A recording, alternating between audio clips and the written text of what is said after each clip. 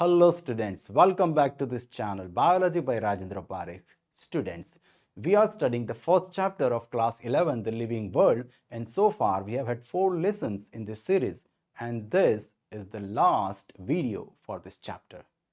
Students, अब तक आपको समझ में आ चुका होगा कि यह जो चैप्टर है, this chapter is mainly about taxonomy, and this taxonomy involves 4 basic processes, right? And these processes are characterization, identification, classification and nomenclature. Last video में हमने इन 4 वर्ड्स को अच्छी तरह से समझने की कोशिश की थी. स्टूडेंट्स, नॉमेनक्लेचर जो लास्ट पॉइंट है, इसके रिगार्डिंग मैंने आपको बताया था कि ये जो वर्ड है nomenclature, it is used for the process of giving names to all different taxa in the process of classification. But the same word is also used for the process of giving unique name to the organisms. Right? तो यह चीज students हमने discuss की थी. मैंने बताया था students कि we know plants and animals in our area by the local names, right? And these local names would vary from place to place, even within a country. एक ही country में ये नाम डिफरेंट डिफरेंट होते हैं. मैंने example दिया था बेडबग का, माकड़, राइट? तो स्टूडेंट्स ये कंफ्यूजिंग होते हैं. So to avoid confusion that would be created, there is a need to standardize the naming of living organisms such that particular organism is known by the same name all over the world, and this process is called nomenclature. तो यह बातें students हमने कर ली थी, लेकिन ये जो unique name है वो कहाँ से आएगा, कैसे दिया जाता है, राइट? इसकी कोई मेथड है? तो यह चीज स्टूडेंट्स आज हम पढ़ने वाले हैं. ठीक है. से स्टूडेंट्स, लिविंग ऑर्गेनिजम्स के नेमिंग की मेथड्स होती हैं, सिस्टम्स होती हैं, और ऐसी ही एक सिस्टम है बाइनोमियल नोमेनक्लेचर सिस्टम. इस सिस्टम के बारे में हमें जानना है. पहले तो स्टूडेंट्स ये सिस्टम किन्होंने दी थी? ये सिस्टम दी थी साइंटिस्ट कैरोलस लिनियस ने इन द ईयर 1753. तो स्टूडेंट्स क्या था नाम इनका? Carolus Linnaeus? नहीं स्टूडेंट्स, इनका नाम कैरोलस लिनियस नहीं था. इनका नाम था कार्ल वॉन लिने. ये क्या बात हो गई? जी हाँ स्टूडेंट्स, इनका नाम था कार्ल वॉन लिने. बट हुआ यह कि उन्होंने कई सारे लिविंग ऑर्गेनिजम्स, प्लांट्स और एनिमल्स का नेमिंग किया था, और ये नेमिंग जो होता है वो लैटिन लैंग्वेज में होता है. So he was so influenced by that process कि उन्होंने खुद का नाम भी लैटिनाइज्ड कर लिया. तो कार्ल लेने से उन्होंने कर दिया कैरोलस लिनियस. तो यह कुछ ऐसे हो गया स्टूडेंट्स कि अगर मैं उनकी जगह होता और मैंने कई सारे प्लांट्स और एनिमल्स का नेमिंग किया होता, और नेमिंग संस्कृत में करना होता, और मैं मान लो कि इन्फ्लुएंस हो गया, तो फिर होता तो मैं मेरा नाम कर लेता राजेंद्रम पारेखम. ठीक है स्टूडेंट्स. तो इन्होंने क्या कर लिया? खुद का नाम कर लिया कैरोलस लिनियस. तो ये एक छोटी सी स्टोरी है स्टूडेंट्स, इनके पीछे हकीकत है. एनीवे, यहाँ पर सिस्टम बहुत ही सिंपल है स्टूडेंट्स. इनकी जो सिस्टम थी, मेथड थी, बहुत ही सिंपल थी. क्या करना था? लिविंग ऑर्गेनिज्म जीनस रैंक के जिस टैक्सॉन को बिलोंग करता है, उस टैक्सॉन का नाम, अब सुनो ध्यान से, ऑर्गेनिज्म जीनस रैंक के सेकंड लास्ट वाला, जीनस रैंक सेकंड लास्ट समझते हो ना नीचे से, तो जीनस रैंक के जिस टैक्सॉन को बिलोंग करता है उस टैक्सॉन का नाम, और स्पीसीज रैंक के जिस टैक्सॉन को बिलोंग करता है उस टैक्सॉन का नाम. आप कह सकते हो उसके जीनस का नाम और उसके स्पीसीज का नाम. वही कर देना है साइंटिफिक नेम. और इस सिस्टम के हिसाब से अगर मैंगो का एग्जाम्पल देखें, मैंगो जो है वो बिलोंग करती है जीनस मैंजीफेरा को, और जो स्पीसीज है उसकी वह है इंडिका. तो मैंगो का साइंटिफिक नेम हो गया मैंजीफेरा इंडिका. यह एग्जाम्पल आपकी टेक्स्ट बुक में दिया हुआ है स्टूडेंट्स, लेकिन इससे भी बहुत अच्छे अच्छे एग्जाम्पल्स हमने ऑलरेडी देख लिए हैं। नाउ स्टूडेंट्स, ये वाली स्लाइड हमने ऑलरेडी पिछले वीडियो में देखी थी, आज यहाँ पर यूजफुल होगी। देखिए स्टूडेंट्स, एक जीनस होती है सोलेनम, ठीक है, और इस जीनस में कुछ स्पीसीज होती हैं। टेक्निकली कहना चाहिए कि एक टैक्सॉन होता है सोलेनम, जो कि जीनस रैंक का है, और यह टैक्सॉन सोलेनम सबऑर्डिनेट लेवल के कुछ टैक्सा में डिवाइड किया जाता है, और ये टैक्सा है ट्यूबेरोजम, मेलोंजेना, नाइग्रम, लाइकोपर्सिकम। ये सारे क्या है? टैक्सा है। और ये जो 4 टैक्सा है कौन से रैंक के हैं? स्पीसीज रैंक के हैं, ठीक है। तो लेकिन हम क्या करते हैं, जनरली ऐसे ही बोलते हैं कि यह जो प्लांट्स हैं they belong to genus solanum. ऐसे नहीं कहते कि they belong to a taxon called solenum of genus rank, right? या फिर पोटैटो के लिए हम ऐसे नहीं कहते कि potato belong to a taxon tuberosum which is of species rank. हम सीधे ही कहते हैं कि ये पोटैटो जो है उसकी स्पीसीज कौन सी है? ट्यूबेरोजम। ओके, यह जो प्लांट्स हैं इनकी जीनस कौन सी है? सोलेनम। ऐसे ही जनरली हम कहते हैं। ओके स्टूडेंट्स, तो नाउ सुनो कि साइंटिफिक नेम कैसे होते हैं। पोटैटो का अगर साइंटिफिक नेम बनाना है तो क्या करना है? कौन सी जीनस को बिलोंग करता है? सोलेनम। स्पीसीज कौन सी है? ट्यूबेरोजम। तो साइंटिफिक नेम हो गया सोलेनम ट्यूबेरोजम। तो पोटैटो का साइंटिफिक नेम हो गया सोलेनम ट्यूबेरोजम। वैसे ही फिर आप बोलो ब्रिंजल का साइंटिफिक नेम क्या होगा? सोलेनम मेलोंजेना। मकोई का साइंटिफिक नेम होगा सोलेनम नाइग्रम, और टोमेटो का साइंटिफिक नेम होगा सोलेनम लाइकोपर्सिकम। ठीक है स्टूडेंट्स। नाउ एनिमल्स में देखें तो एक जीनस होती है जो हमने पढ़ी थी, पैंथेरा, और इस जीनस को कुछ स्पीसीज में, स्पीसीज लेवल के टैक्सा में डिवाइड की जाती हैं। तो कुछ टैक्सा हमने देखे थे students, leo, tigris, pardus, onca. These are taxa of species level, ठीक है। तो लायन का साइंटिफिक नेम क्या हो गया students? Panthera leo.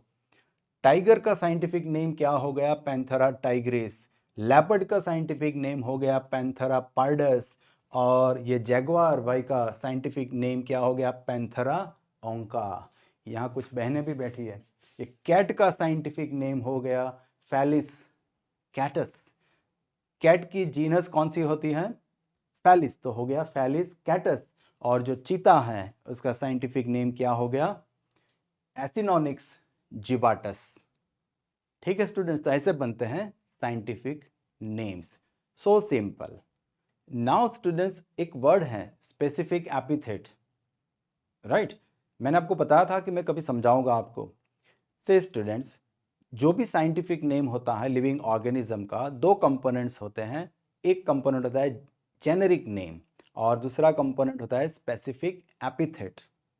Now students, जो पहला कंपोनेंट है वो क्या होता है?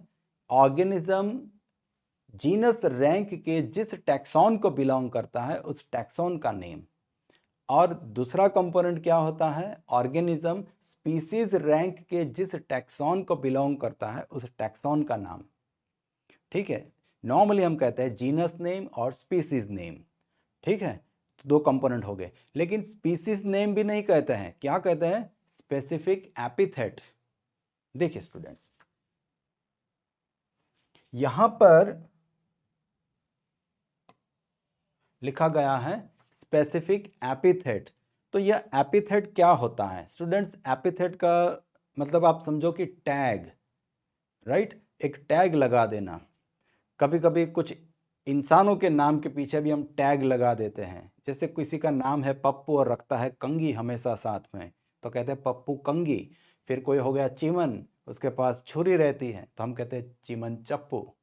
तो ऐसे कुछ ना कुछ टैग हम लगा देते हैं जिससे कि लोग उसे फटाक से समझ ले, जान ले कि किसके बारे में हम बात कर रहे हैं, राइट। तो एपिथेट का मतलब ही यही होता है।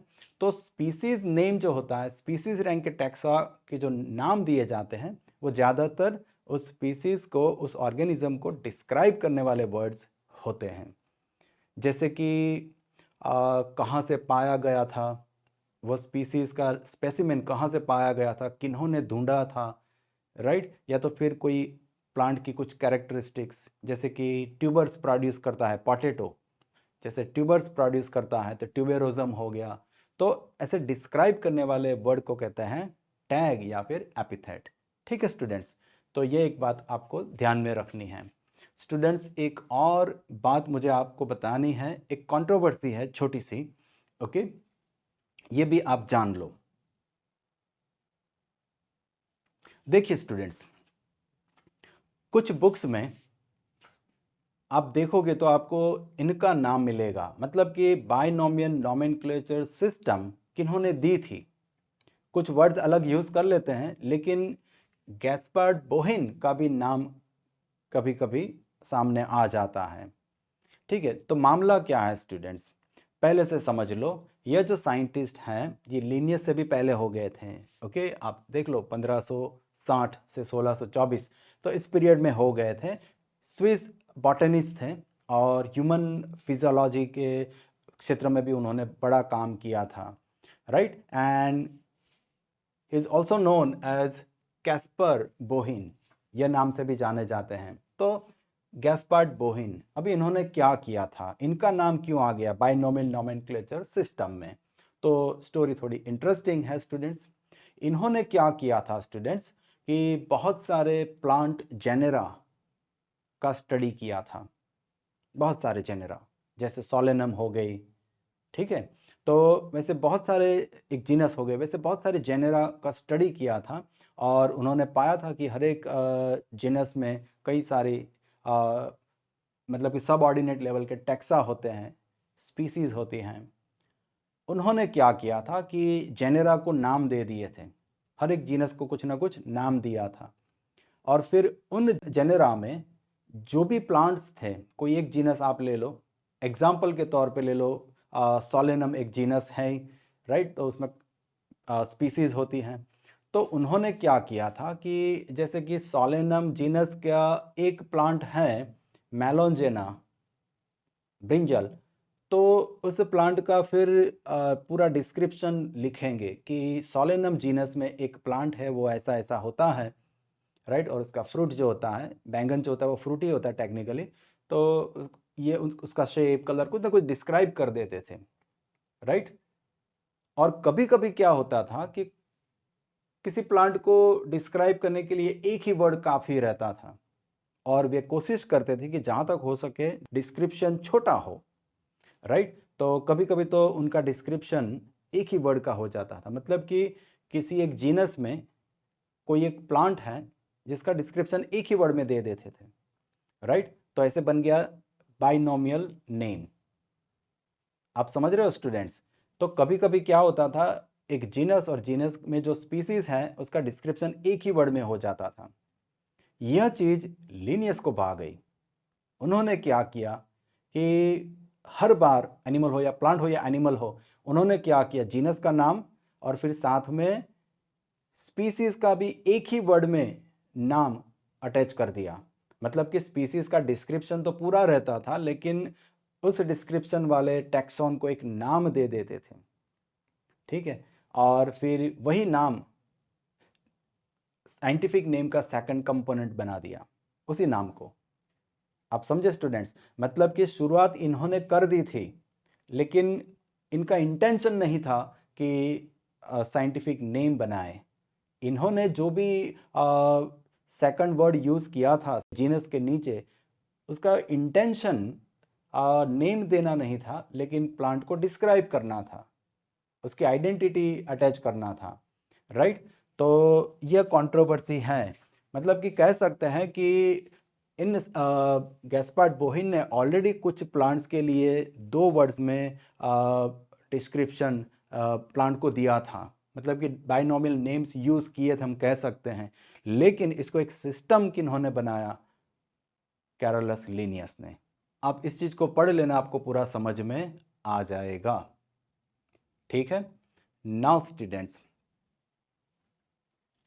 कुछ यूनिवर्सल रूल्स हैं नॉमेनक्लेचर के, उन्हें हमें पढ़ना है। बिल्कुल सिंपल से हैं, आपकी टेक्स्ट बुक से ही है, कुछ नया नहीं है इसमें, तो हम इन्हें फटाफट से पढ़ लेते हैं। See students, biological names are generally in Latin. क्या है ये? Universal rules for nomenclature. अगर किसी भी प्लांट का, एनिमल का नॉमेनक्लेचर करना है तो कुछ रूल्स तो फॉलो करने पड़ेंगे। तो यह कुछ रूल्स हैं। तो पहला रूल क्या है? Biological names are general in Latin language and written in italics, मतलब कि इटालिक्स में लिखे जाते हैं। लैंग्वेज कौन सी यूज करनी है? लैटिन। मान लो कि आपने कोई प्लांट फर्स्ट टाइम ऑब्जर्व किया, ढूंढ निकाला मतलब कि, और आपको नेमिंग करना है, तो आपको सजेस्ट करना है नेम, फिर वो नेम लैटिनाइज्ड कर दिया जाएगा। ठीक है। तो दे आर लैटिनाइज्ड और derived from Latin language. Okay, irrespective of their origin, चाहे कहीं से भी वो प्लांट पाया गया हो, उसका नाम जो है वो लैटिन लैंग्वेज में ही किया जाता है। नाउ स्टूडेंट्स, लैटिन लैंग्वेज क्यों? लैटिन लैंग्वेज क्यों? तो स्टूडेंट्स, लैटिन जो है वो डेड लैंग्वेज है। Dead language, dead language means the language which is no more used, spoken. Okay, बोली नहीं जाती है। तो जब भी आप लैटिन लैंग्वेज का, ऐसे डेड लैंग्वेज का यूज़ करोगे, तो सामने वाला समझ जाएगा कि यह किसी स्पेशल कॉन्टेक्स्ट में यूज़ किया गया है। ठीक है। मानो कि मुझे आपको कहीं पर इनवाइट करना है और मैं कह दूं कि आप हृदयम पे आ जाना या फिर आप गोकुलम पे आ जाना, तो आप समझ जाओगे कि यह कुछ संस्कृत वर्ड है, तो यह किसी जगह का नाम होगा। ओके, हृदय मतलब किसी के हार्ट के ऊपर नहीं कूद बैठना है, राइट। तो वैसे स्टूडेंट्स, लैटिन लैंग्वेज यूज़ करने का यही इंटेंस है कि ये एक डेड लैंग्वेज है, तो अगला समझ जाएगा कि ये स्पेशल कॉन्टेक्स्ट में यूज़ किया गया है। ना वैसे तो बहुत सारी डेड लैंग्वेजेस हैं, लेकिन लैटिन ही क्यों? तो भाई नेताजी की पूछ पकड़नी है, शुरुआत की थी लैटिन लैंग्वेज में, तो वही फिर कंटिन्यू किया गया है। ओके स्टूडेंट्स, और लिखते वक्त इटैलिक्स में लिखना है, मतलब कि पूरा राइटिंग अगर स्ट्रेट है तो यह नाम इटैलिक्स में लिखेंगे तो पढ़ने वाला समझ जाएगा कि यह साइंटिफिक नेम है। ठीक है। तो लैंग्वेज कौन सी यूज़ करनी है? लैटिन। और लिखना कैसे है? इटैलिक्स में। ठीक है students, the first word in biological name represents the genus name, ये तो आपको पता ही है, और second component denotes the specific epithet. फिर students, both the words in biological name when hand written, students जब हम हाथ से लिखते हैं तो पूरा ही स्लांटिंग लिखते हैं, कई बार इटैलिक्स में ऐसे, राइट। तो फिर क्या करेंगे? कंफ्यूजन। तो जो साइंटिफिक वर्ड हैं, साइंटिफिक नेम है, उसके दोनों वर्ड्स को सेपरेटली अंडरलाइन करते हैं। कैसे करते हैं? सेपरेटली अंडरलाइन करते हैं। ठीक है। पहले तो टाइपराइटर से टाइप किया जाता था स्टूडेंट्स, अभी तो कंप्यूटर में आप फॉन्ट सिलेक्ट कर लो, इटैलिक्स कर दो, पहले नहीं होता था। और टाइपराइटर में दो ही फॉन्ट होते थे, मतलब कि कैपिटल लेटर और स्मॉल लेटर। तो जब टाइप करते थे ना, तब भी अंडरलाइन की फैसिलिटी रहती थी टाइप मशीन्स में, तो तब भी क्या किया जाता था? अंडरलाइन। तो जब हाथ से लिखते हैं तो पूरा राइटिंग स्लांटिंग होता है, तो फिर साइंटिफिक नेम को कैसे डिफ्रेंशिएट करोगे? तो अंडरलाइन किया जाता है। टाइपराइटर में इटैलिक्स का ऑप्शन नहीं होता है, तो फिर क्या करोगे? अंडरलाइन करोगे। ठीक है, लेकिन दोनों वर्ड्स को सेपरेटली अंडरलाइन करना है। देन स्टूडेंट्स, ये तो हो गया। फिर फोर्थ, द फर्स्ट वर्ड, जो पहला जो वर्ड होता है, जो जेनेरिक नेम जो होता है, उसका फर्स्ट लेटर कैपिटल होता है। मतलब कि मैंजीफेरा इंडिका लिखोगे तो मैंजीफेरा में एम कैसा लिखोगे आप? कैपिटल लिखोगे। यहाँ देखो स्टूडेंट्स, यह कैपिटल है। ठीक है। और जो सेकंड वर्ड जो है, स्पीसीज नेम जो है, उसका वो पूरा स्मॉल लेटर में होता है। तो ये एक सिंपल सा रूल है। फिर द नेम ऑफ ऑथर, ये इंटरेस्टिंग है स्टूडेंट्स। नेम देने वाला जो साइंटिस्ट है, ऑथर, ओके, मतलब कि जिन्होंने वह स्पीसीज ढूंढ निकाली है, उसका नेमिंग किया है, डिस्क्रिप्शन किया है, तो उनका नाम साइंटिफिक नेम के बाद एंड में शॉर्ट में लिखा जाता है, राइट। तो जैसे कि मैंजीफेरा इंडिका, तो यहाँ देख लो स्टूडेंट्स, सारे लेटर्स इटैलिक्स में हैं। ये वर्ड्स जो हैं लैटिन लैंग्वेज के हैं, राइट, लैटिन लैंग्वेज से हैं। इटैलिक्स में लिखा गया है, फर्स्ट लेटर जीनस का जो है वो कैपिटल है, स्पीसीज का पूरा नाम स्मॉल लेटर्स में है और एंड में लिनियस का नाम शॉर्ट में लिखा है। राइट स्टूडेंट्स, तो ऐसे कुछ रूल्स होते हैं जिन्हें फॉलो करना होता है। ठीक है स्टूडेंट्स, ये कुछ रूल्स हैं जो आपकी टेक्स्ट बुक में दिए हुए हैं, लेकिन कुछ और रूल्स भी हैं जिन्हें हम थोड़ा देख लेते हैं, ज़्यादा इम्पोर्टेंट नहीं है। से स्टूडेंट्स, कुछ रूल्स हैं जैसे कि genus name can be abbreviated. Genus का नाम है, जैसे कि आप कुछ बुक लिख रहे हो और उसमें बार बार किसी ऑर्गेनिज्म का नाम आपको मेंशन करना है, तो एक बार मानो कि आपने लायन का साइंटिफिक नेम मेंशन कर दिया, पैंथेरा लियो, फिर उसके बाद जितने भी बार आप रिपीट करोगे आप सिर्फ पी लियो लिख सकते हो। पैंथेरा लियो की जगह पर आप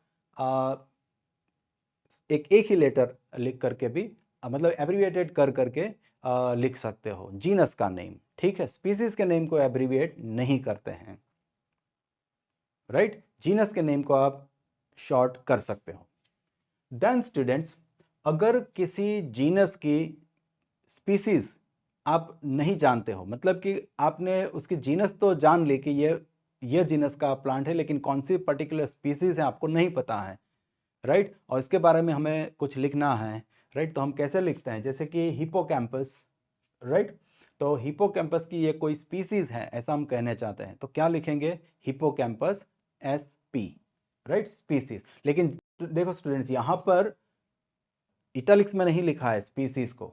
ठीक है, ये नॉर्मल लेटर्स में ही लिखा है। हिपोकैम्पस इटैलिक्स में है, लेकिन स्पीसीज नॉर्मल लेटर्स में ही लिखा है। आपको समझ में आया स्टूडेंट्स? अगर किसी जीनस को तो आपने जान लिया, लेकिन उस जीनस की कोई स्पीसीज है आप यह कहना चाहते हैं, right, you don't know the species, right, तो फिर आप क्या करोगे, स्पीसीज का नाम के बजाय आप स्पीसीज SP लिख दोगे शॉर्ट में। द सेम वे, मानो कि आप किसी एक जीनस की कुछ स्पीसीज के बारे में बात करना चाहते हो, जैसे कि मुझे कहना है कि पैंथेरा जीनस की जो स्पीसीज होती हैं उनमें यह कैरेक्टर्स होते हैं, तो species, several species of this genera, ऐसे मुझे कुछ कहना है, तो कैसे लिखा जाता है, SPP, मतलब कि डबल P लिखा जाता है। ओके, यह कुछ रूल्स हैं स्टूडेंट्स, बस आप कहीं पर पढ़ लो तो आपको समझ में आना चाहिए कि वो क्या कहना चाहता है, otherwise examination point of view से कोई ये इंपॉर्टेंट चीज नहीं है। और एक चीज है स्टूडेंट्स, देखिए, there are 3 main codes, rules, okay, list of rules, okay, जो कि फॉलो किए जाते हैं वाइल गिविंग साइंटिफिक नेम्स। आपकी बुक में ये 2 दिए गए हैं, तीसरा मैंने ऐड कर दिया है। कभी कभी क्वेश्चन के ऑप्शंस में यह वर्ड आपको दिख जाता है ICNB, ओके, और स्टूडेंट जल्दबाजी में टिक कर देते हैं। राइट, तो मैंने यह भी आपको यहाँ पर दे दिया है ताकि आप अलर्ट रहो, जल्दबाजी में गलत आंसर ना लिखो। से स्टूडेंट्स, प्लांट्स के नॉमेनक्लेचर के लिए जो कोड्स हैं उन्हें हम कहते हैं international code for botanical nomenclature, बिल्कुल सिंपल है। राइट, और एनिमल्स के नेमिंग के लिए जो कोड्स हैं उसे हम क्या कहते हैं, international code of zoological nomenclature, ICZN ICBN। Right, लेकिन यह जो है ICNB, international code for nomenclature of bacteria. Okay, तो कभी कभी स्टूडेंट जल्दबाजी में प्लांट्स के लिए भी यही टिक करके आ जाते हैं, तो ये आपकी बुक में वैसे नहीं है, लेकिन ऑप्शन में हो सकता है कहीं ना कहीं, और आपको ध्यान रखना है। और एक बात है स्टूडेंट्स की ICBN जो है, right, international code for botanical nomenclature, ये किन के लिए है, प्लांट्स एंड फंगी।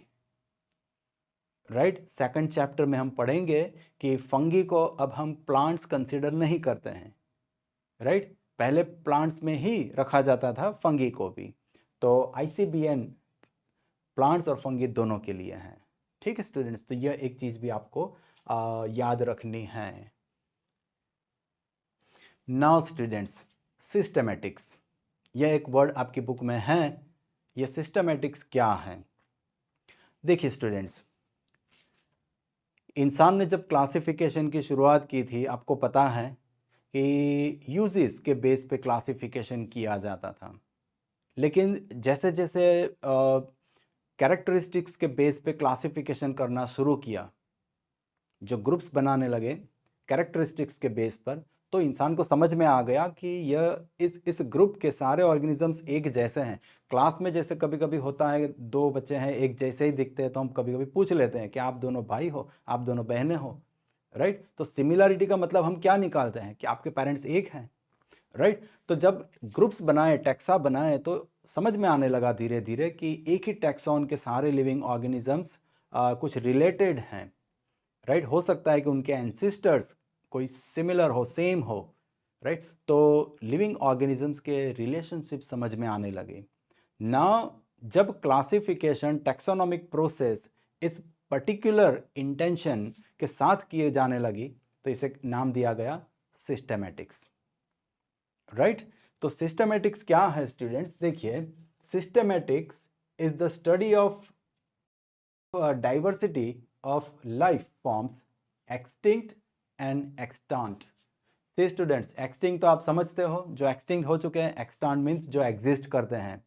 तो सिस्टेमेटिक्स में स्टूडेंट्स जो लिविंग ऑर्गेनिजम्स एग्जिस्ट करते हैं उनका भी स्टडी किया जाता है, और जो एक्सटिंक्ट हो गए उनका भी, क्योंकि यहाँ रिलेशनशिप एस्टैब्लिश करना है, राइट। तो स्टडी ऑफ बायोडाइवर्सिटी है, बायोडाइवर्सिटी के स्टडी के लिए क्या चाहिए? टैक्सोनॉमी। तो ये इसके सिमिलर ही हैं, लेकिन यहाँ पर लिविंग एग्जिस्टिंग और एक्सटिंक्ट सारे लिविंग ऑर्गेनिजम्स का स्टडी किया जाता है, और मेन फोकस कहाँ पर होता है? उनके रिलेशनशिप्स, राइट, ये इंटेंस होता है।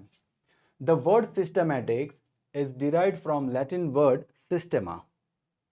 ओके, सिस्टेमा, सिस्टेमा का मीनिंग होता है सिस्टमैटिक अरेंजमेंट, राइट। जो Linnaeus he used systema naturae. Okay, यह नाम उन्होंने यूज किया था, उनके पब्लिकेशन के टाइटल के लिए उन्होंने ये वर्ड यूज किया था, सिस्टेमा नेचुरी, मतलब कि नेचर का सिस्टमेटिक अरेंजमेंट, राइट। तो हो सकता है कि यहाँ से ये वर्ड पॉपुलर हो गया, और फिर इस ब्रांच को भी यह नाम दे दिया गया सिस्टमेटिक्स। ठीक है स्टूडेंट्स, तो यह एक बात है। लेकिन देखिए स्टूडेंट्स, सिस्टमेटिक्स में भी अल्टीमेटली तो वही सारी प्रोसेसेस करनी है टैक्सोनॉमी वाली, तो सिस्टमेटिक्स में यह सारी प्रोसेसेस भी इंक्लूड हो ही जाती हैं। कौन से वाली? आइडेंटिफिकेशन, नॉमेनक्लेचर, क्लासिफिकेशन, वसारा। और स्टूडेंट्स, बिल्कुल फाइनली एक टेबल है आपकी बुक में जो आपको लर्न करना है। तो स्टूडेंट्स देखिए, एग्जामिनेशन पॉइंट ऑफ व्यू से यह काफ़ी इम्पॉर्टेंट है। समझना अभी कुछ भी नहीं बचा है, आपको सिर्फ लर्न करना है। देखिए, दो एग्जाम्पल्स प्लांट्स के दिए हैं, दो एग्जाम्पल्स एनिमल्स के दिए हैं।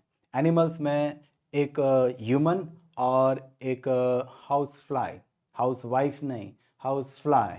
ओके, तो ये दो एग्जाम्पल्स लिए हैं। और स्टूडेंट्स, यह वाली कॉलम मैंने ऐड कर दी है। बुक में वैसे जगह नहीं होती है, मेरे पास भी नहीं थी, लेकिन मैंने कैसे भी करके उसको एडजस्ट कर लिया है। तो ये समझ में आ जाती है वैसे बात। तो ह्यूमन जो है, ह्यूमन मैन कौन से किंगडम में आता है? एनिमेलिया, ठीक है। फिर किंगडम एनिमेलिया में कई सारे फाइला होते हैं। ह्यूमन कौन से फाइलम में आता है? कॉर्डेटा। ये सारा हम पढ़ेंगे आगे वाले चैप्टर्स में, आने वाले चैप्टर्स में। फिर फाइलम कॉर्डेटा में कई सारे क्लासेस होते हैं, उनमें से एक है मैमेलिया, हम बिलोंग करते हैं इस क्लास को, क्लास मैमेलिया। फिर प्राइमेटा, ये मैंने आपको ऑलरेडी बता दिया था स्टूडेंट्स, आप पिछले वीडियोस देख लेना कि क्लास मैमेलिया में कई सारे ऑर्डर्स होते हैं, प्राइमेटा, कार्निवोरा। तो ह्यूमंस, चिंपैंजी, ये सारे मंकीज, ये ऑर्डर प्राइमेटा में होते हैं। तो हम भी प्राइमेटा टैक्सॉन के मेंबर्स हैं। फिर फैमिली हमारी है होमिनिडी, राइट। जीनस है होमो, तो फिर हमारा साइंटिफिक नेम हो जाता है होमो सैपियंस, क्योंकि हमारी स्पीसीज का नाम है सैपियंस। ठीक है, तो हमारा साइंटिफिक नेम क्या हो गया? Homo sapiens. ये कुछ ऐसे जैसे अपनी सोसाइटी का नाम और बंगला नंबर, तो ये हमारा साइंटिफिक नेम हो गया, सेकंड लास्ट और लास्ट रैंक का टैक्सॉन। तो बस ये याद करना है स्टूडेंट्स, और कुछ नहीं है। हाउस फ्लाई जो है, मक्खी जो होती है, उसका साइंटिफिक नेम है मुस्का डोमेस्टिका। किंगडम वही रहेगा animalia. Phylum arthropoda, 4th chapter में हम सारा पढ़ने वाले हैं, अभी आप याद कर लो। फाइलम आर्थ्रोपोडा, आर्थ्रोपोडा में कई सारे क्लासेस होते हैं, उनमें से एक है इंसेक्टा।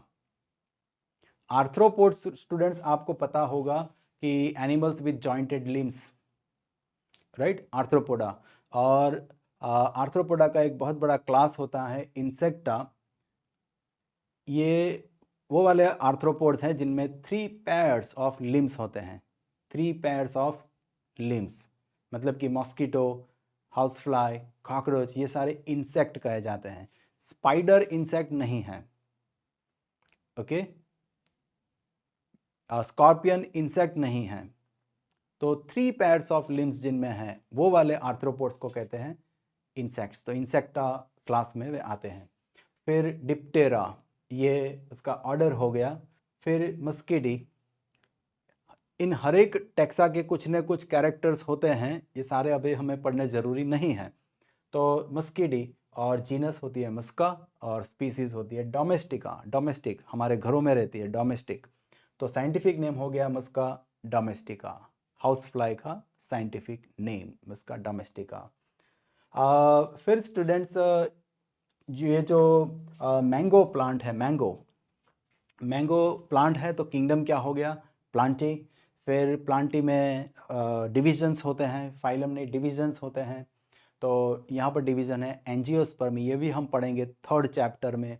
तो एंजियोस्पर्मी एक डिवीज़न है प्लांट्स का, और ये जो डिवीज़न है 2 क्लासेस में डिवाइडेड होता है, मोनोकॉट, डाइकॉट, और मोनोकॉटिलेडोनी और डाइकॉटिलेडोनी टेक्निकली कहे तो मैंगो जो है वो डाइकॉटिलेडोनस प्लांट है। और फिर उसका ऑर्डर जो है सैपिंडेल्स, ये हमने स्लाइड्स में आगे देखा था, सैपिंडेल्स, राइट। फिर फैमिली एनाकार्डिएसी है, कौन सी वाली है, एनाकार्डिएसी। और जीनस है मैंजीफेरा, जो नॉमेनक्लेचर वाले स्लाइड में मैंने आपको बताया था। तो साइंटिफिक नेम हो गया मैंजीफेरा इंडिका। ठीक है स्टूडेंट्स।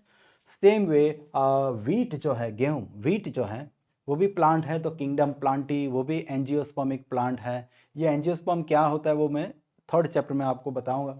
मोनोकॉटिलेडोनी, ये शायद आप जानते होंगे, डाइकॉट और मोनोकॉट, सीड में कितने कॉटिलेडोन्स हैं, ओके। अकॉर्डिंगली डाइकॉट और मोनोकॉट 2 टाइप के प्लांट्स होते हैं। तो गेहूं जो है, वीट जो है, मोनोकॉट प्लांट है। फिर ऑर्डर है पोएल्स, फैमिली है पोएसी, देन जीनस है ट्रिटिकम, और स्पीसीज है एस्टिवम। तो साइंटिफिक नेम हो गया ट्रिटिकम एस्टिवम। स्टूडेंट्स, यह बस कुछ मिनटों का खेल है, फिर ये चैप्टर ख़त्म हो जाएगा। एक इम्पॉर्टेंट टिप आपको मैं देता हूँ, बड़े बड़े साइंटिस्ट ने यह लिखा है उनकी बुक्स में कि only way to remember difficult names, words, is to pronounce them loudly. यह जो है आपको लाउडली बोलना है, बार बार बोलना है, राइट, तभी ये याद रहेंगे। ठीक है, आपको बोलना है लाउडली, तभी ये याद रहेंगे। फिर स्टूडेंट्स, कुछ चीज़ें यहाँ पर समझनी है। देखो, जो अलग अलग रैंक के जो टैक्सा होते हैं उनका जब नॉमेनक्लेचर होता है, मैंने बताया था टैक्सा के भी नाम दिए जाते हैं, नॉमेनक्लेचर, तो उसके भी रूल्स हैं, राइट। तो कुछ सफिक्स लगाए जाते हैं, जैसे कि एनिमल्स के केस में, यह 2 एनिमल्स हैं, मैन और हाउस फ्लाई। तो एनिमल्स के केस में अगर कोई टैक्सॉन फैमिली रैंक का है, फैमिली रैंक का, तो फिर सफिक्स कौन सा लगेगा, ईडी, ओके। मतलब कि होमिनिडी, फिर यहाँ हो गया मस्कीडी, ईडी, ओके, IDAE, तो ये सफिक्स लगेगा, राइट। फिर स्टूडेंट्स, मानो कि प्लांट्स हैं, तो मैंगो और व्हीट प्लांट्स हैं, तो प्लांट्स में सफिक्स लगता है AC, फैमिली के लिए, ओके, एनाकार्डिएसी, पोएसी, राइट। वैसे स्टूडेंट्स, प्लांट्स के केस में अगर ऑर्डर है तो ऑर्डर के भी जो सफिक्स होते हैं वो फिक्स होते हैं। सैपिंडेल्स, एल्स, यहाँ पर लग गया एल्स, पोएल्स, राइट। तो ये कुछ सफिक्स फिक्स होते हैं। वैसे तो हर एक रैंक के टैक्सा के नेमिंग के लिए कुछ ना कुछ सफिक्स सजेस्ट किए गए हैं, लेकिन हर बार फॉलो नहीं होते हैं, राइट। लेकिन ये जो मैंने अंडरलाइन किए हैं वे ऑलवेज फॉलो होते हैं, मतलब कि फैमिली प्लांट्स की हो या एनिमल्स की हो, जो भी रूल्स हैं वो फॉलो किए जाते हैं। मतलब प्लांट्स के लिए, एनिमल्स के लिए ईडी सफिक्स लगाना, एनिमल फैमिली के लिए तो वो हमेशा होता है। फिर फैमिली प्लांट्स की है तो एसी, यह सफिक्स ऑलवेज लगता है। और अगर ऑर्डर है तो प्लांट के केस में एल्स सफिक्स ऑलवेज होता है। ओके, बाकी सारे में कुछ ना कुछ एक्सेप्शंस आपको मिल जाएंगे। ठीक है, आप नेट पर ढूंढोगे तो आपको बहुत सारे मिल जाएंगे, राइट। कई बुक्स में भी देते हैं लिस्ट, लेकिन आप उन सफिक्स को इसमें अप्लाई करके देखना, नहीं फिट होंगे। जैसे मोनोकोटिलेडोनी, तो ये सफिक्स उस लिस्ट के हिसाब से नहीं है, नेट पे जो दिया हुआ है उसके हिसाब से नहीं है, तो आप कंफ्यूज होंगे स्टूडेंट्स। तो आपको इतना ही याद रखना है कि यही फॉलो होते हैं, बाकी फॉलो नहीं होते, आपकी बुक में नहीं किया गया है।